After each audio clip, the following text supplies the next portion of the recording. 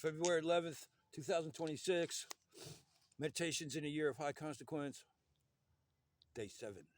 And Intrepid Citizens Council meeting.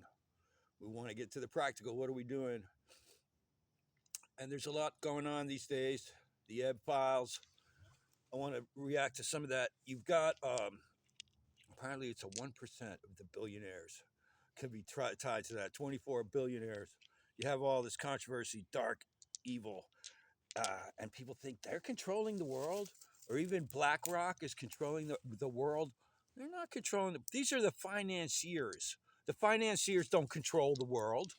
They control the loaning and the money, and it's not a control of the world. Who's controlling the world is the people that actually do things like the production companies and all the different things. And so, yeah, there's machinations in the world of finance, but they don't control the world.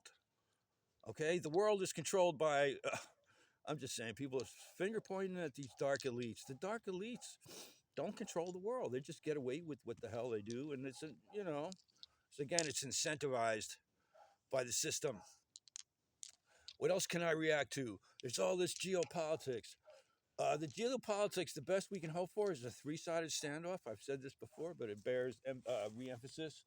And as it realigns, and all these governments are trying to keep everybody controlled, and from everything spilling over. And the best we can hope for there is a three-sided standoff: Russia, China, and the United States. And that would create a kind of a stability within which something could come up from below where it needs to. Informed citizens getting their connection to the earth back, because it's a fallacy to think that the people that control the money control the power. The power is coming from the earth, the ground, the sun, our own energies, and any kind of a credit system that is not connected to actual resource doesn't mean anything. So it doesn't matter that there's no gold in the Fort Knox. There's all the news is off the hook crazy. Now, I think what's happening is that people are being turned off. They're just getting turned off. You can't trust anything anymore. AI is doing some fantastic, fantasies. Maybe AI can help me explain some of my visioning. But also, AI is creating a total mistrust of the medium, and that's a good thing because people need to get back into the real world. I'm in a fantastic garden back here. Those trees are awesome. I got other clumps of trees back here. It's a little paradise. It slopes down some to a big frond and a little sometimes pond. We might want to set up a total, and the weather's beautiful even though it's winter most of the country. And I'm saying we have a paradise planet, and that's what's real. What's on the news is what the elites and the governments are trying to do by way of that's kind of comes after the fact of trying to keep it together, an economy and a society that's based on the principles of everyone's doing their own separate careers, and that's what we got. And people are trying to predict the future from the perspective of their careers, and oh my God, it looks really crazy. Well, guess what? We're forced outside the box to take a fresh look at who we are and what we're really doing. And when you look at it that way, it's not that complicated. And we have these fantastic resources. If we shared them more intelligently and were able to work together, we'd be out of this mess in a jiffy. If we took the best of all of us, we would have the actual genuine, mystics, not the people trying to just sell you a line of what have you, genuine deep wisdom, genuine health, genuine visionary humanitarian perspectives, connected to people that really know how to set up businesses that work efficiently and share the benefits correctly, and all the different things that happen when you put all of our best techniques and sciences and everything together. And that's the real world version of what the 5D people are saying, the one. We got to come back to the one. But as I say, that a lot of the 5D, in other words, the non-Jehovahite, the Buddhite, tends to be kind of a left-wing thing. And they're all talking about the oneness, but they're the first ones to point fingers at the elite as if the elite really control us. And you're even not even talking about the elite that actually run things, because those are all the businesses, the food industries, the oil industries. You're talking about the elites that run the finances, and now you're talking about the AI elites and the elites that control the virtual media. You know what happens? The virtual media is not real. What's real there is people selling each other things, and there's a big bubble. There's more than one bubble going on right now. When all the AI puts everybody out of business, what are these companies that now have a bunch of AI instead of employees? Who are they going to sell what to whom? You just put everyone out of business. But anyway, we're heading to a place where it's becoming clear that we got to get real. And some of the ways to get real, I think, are more visible. But most people are still stuck in having to go to work every day and get by. And even myself, who, kind of retired, it's a scramble just to have enough money to maybe fix my guitar and get some things together because I'm helping some people out. As I say, I've been inspired by and there's different vectors. If I'm committed to pushing this thing forward right now this year, and if I'm stepping up, I'm just holding on to that fantasy of I'm a planet healer from the art planets where we get it together. But it's now just put it all on the table. What are the different things we can do? You can outreach to the colleges with little flyers about the new community-based paradigm that offers the concept that you're going to work for a company whose product is essentially a community that comprised of you. So you're like the essential essence. The product of this company is a thriving community, and we're looking to expand into other responsible members. It's a concept for a business that could work, and you could overlay it and retrofit it from what you got now. But I was about to say the universities are in a dire place. The whole idea of investing all that and having a specialized uh, profession and then competing in a context of just making a bunch of money. You don't really know where your food is coming from, and you're in an office somewhere. Well, now we can explode some of those that knowledge and those techniques if we do it right and we do it on time, and we don't lose the global internet to the crashing of all the supply chains and everything that's happening.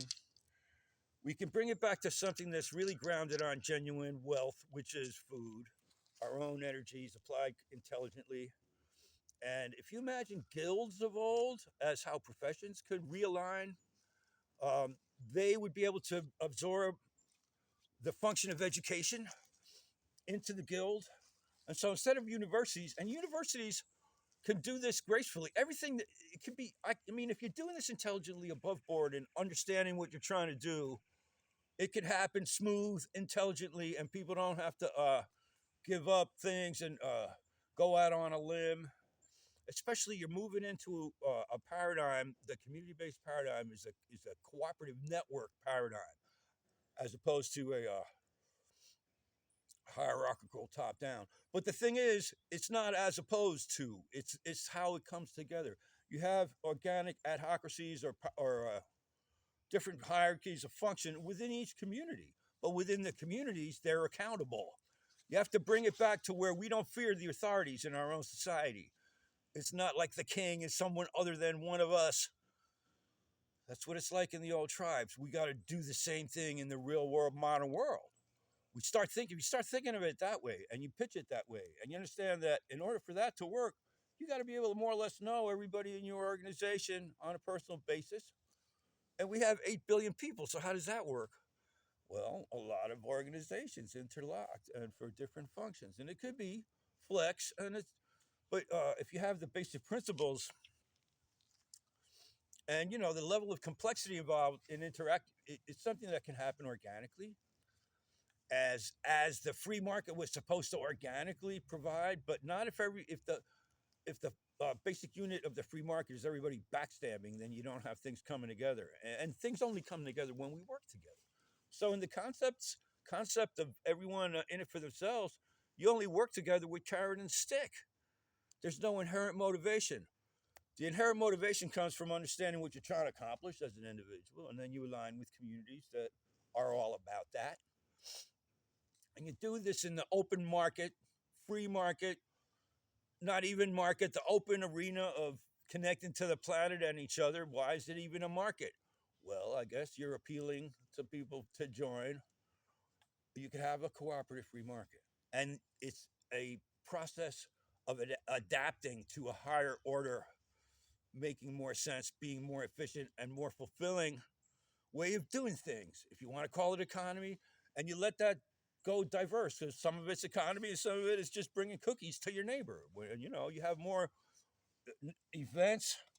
Right now, people do that. They're paying lip service to the community, but it's demoralized because really we're all disempowered and we don't know where our food's coming from because it's coming from 2,000 miles away.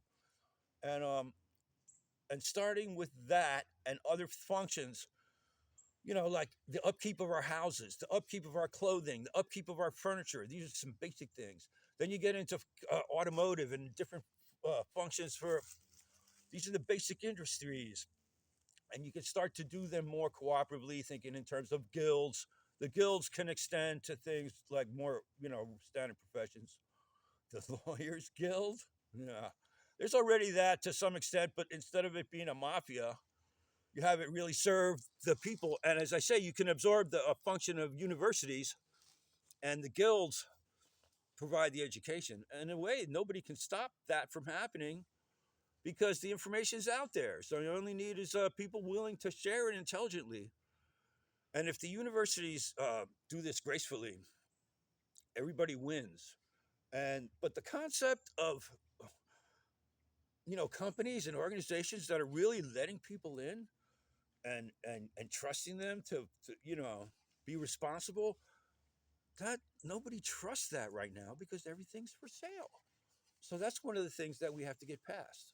That's why I'm proposing neighborhood party unlimited as a cartoon party because we need kind of a sense of humor to snap out of our stuffiness about and our somberness and the idea that we all have to be trusting the various experts. If experts can't share their knowledge to regular people, at this point, regular people have enough, lateral information. We're all well informed enough that there really is no such thing as experts anymore that people need to take a back seat to. We need to all understand what's going on, you experts. I'm sorry. So at this point, the elites being a dark elite, well, some of them are, there's mafias and darkness everywhere. Don't be mesmerized by that. The idea of things, if you suffer enough and you provide enough incentives to be backstabby that you end up with dark elites, okay, that's like should be expected, and it's not a reason for us to feel disempowered. The great majority of people still are kind-hearted and want to do the right thing and have an intelligence enough to see what's real, discerning lucidity. That's the majority of people. And those are the kind of people that need to get back into being responsible about where we're getting our resources. So, but it takes the kind of people that start companies to do this, to lead the way on the one hand, but the arts and you could have the cultural consciousness to incentivize the idea that companies want to appeal to this. So what does that mean? If you're like any kind of a bookstore or a coffee shop, you're allied with the other stores nearby, and you have every place has a place where people just hang out without having to spend money, because making the interconnections between each other is a value in itself, and that's the small thing among many others that are little fractals of community based as a strategy and even as a goal. This is the whole thing about the path is the goal. That's a Buddhist concept. Yeah, and all this infighting between the various spirit schools, the Buddhist and the Christian, and then the materialist. If you all work together, they heal each other. The Christians have to really stop pointing fingers, have faith in what they know, and leave it at that. And you can strengthen by following some of the wisdoms of the Buddhist schools, and there should be no finger pointing there. It's not up to the Christians to call out evil. They leave that to Jehovah. Okay, isn't that what it's about? And meanwhile, the Buddhites and the one mind, we all have that connection. It's real. There's paradoxes there. You expect it all to be. The whole point about Christianity is that it's for everyone to just be able to come in. You don't have to get a huge Einsteinian understanding of the paradoxes of existential reality, where it all comes from. But we're in a time of revelation. So there's a point where I think some of this can be understood. This is how I see the time. I got to end it in 30 seconds. And so these things are kind of a ramble, and I edit some of them and I'm posting them to YouTube. But it's about getting some flyers, getting some projects on the ground. I'm in a perfect spot, but so is everybody. Start figuring out how you do this, how you start creating more free time and connections. But we could have a discussion. Intrepid Citizens Council, brainstorming how we break this out. There's many ways to do it. I might have room for another video tonight, and we'll see. Thanks, everybody. I'm not reaching everybody. It's just me and the one mind, but things are moving forward. Hang in there.